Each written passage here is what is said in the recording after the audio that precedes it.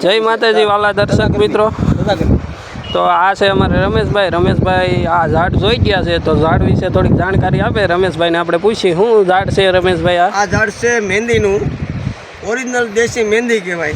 આ લીલું ઝાડ છે, લીલું ઝાડ છે મિત્રો. તો આને આ મહેંદી કહેવાય, લીલી. આ લીલી મહેંદીનું ઝાડ છે, તમે જોઈ શકો છો. આ મહેંદીનું ઝાડ છે, આ મહેંદીનું ઝાડ છે. તો આ શેમાં કામ લગાડવા માટે શું થાય? તેજા ગરમી પગમાં હોય, હાથમાં હોય, પગમાં હોય, ગમે ત્યાં તેજા ગરમી હોય અને છે ને પાંદડા લઈને ફૂટી નાખવાનું. પછી તો મિત્રો આપણે રમેશભાઈ શું કહે છે, આપણે પગમાં કે હાથમાં તો આપણે વાઢિયા થાય, ખબર મિત્રો કે શીરા હોય છે, એને તજા ગરમી કહેવાય મિત્રો.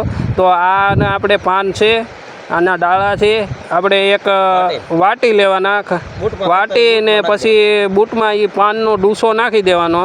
તમારે 2 થી 3 દિવસ આ નુસ્ખો અપનાવો ને તો તમને મિત્રો રાહત દેખાય. તો મિત્રો આ રાહત એટલી થાય કે આ દેશી મહેંદીનું ઝાડ છે.